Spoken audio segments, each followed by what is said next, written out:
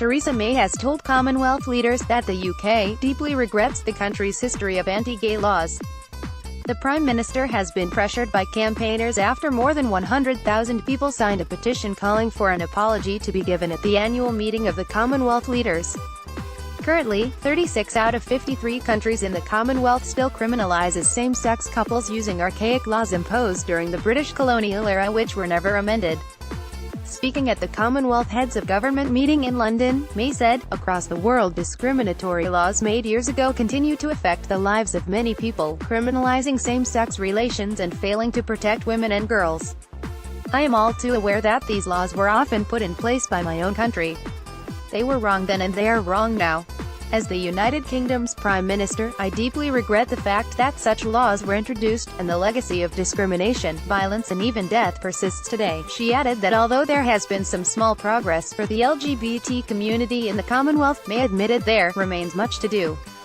"As a family of nations, we must respect one another's cultures and traditions, but we must do so in a manner consistent with our common value of equality, a value that is clearly stated in the Commonwealth Charter," she added. Recent years have brought progress.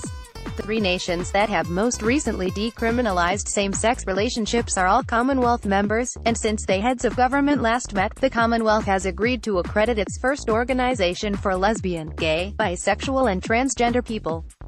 Yet there remains much to do.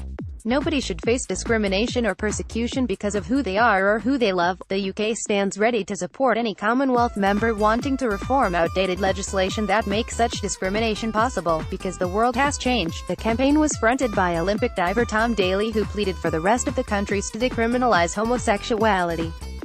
Human rights and LGBT campaigner Peter-Tatchell thanked May for her comments and says it will provoke less hostility towards the LGBT community. He said, "We thank Theresa May for heeding our appeal and expressing deep regret for Britain's imposition of homophobic laws during the colonial era. It is a positive and welcome move. But it should have been made in front of the Commonwealth leaders who oversee the enforcement of these repressive laws, not an NGO side event." This statement of regret cannot be easily dismissed and disparaged by Commonwealth heads of government. It acknowledges the wrongful imposition of anti-LGBT legislation by the UK, shows humility and helpfully highlights that current homophobic laws in the Commonwealth are mostly not indigenous national laws. They were exported by Britain and imposed on colonial peoples in the 19th century. The Prime Minister's regret for Britain's imposition of anti-gay laws valuably reframes the LGBT issue in a way that it is likely to provoke less hostility in Commonwealth countries.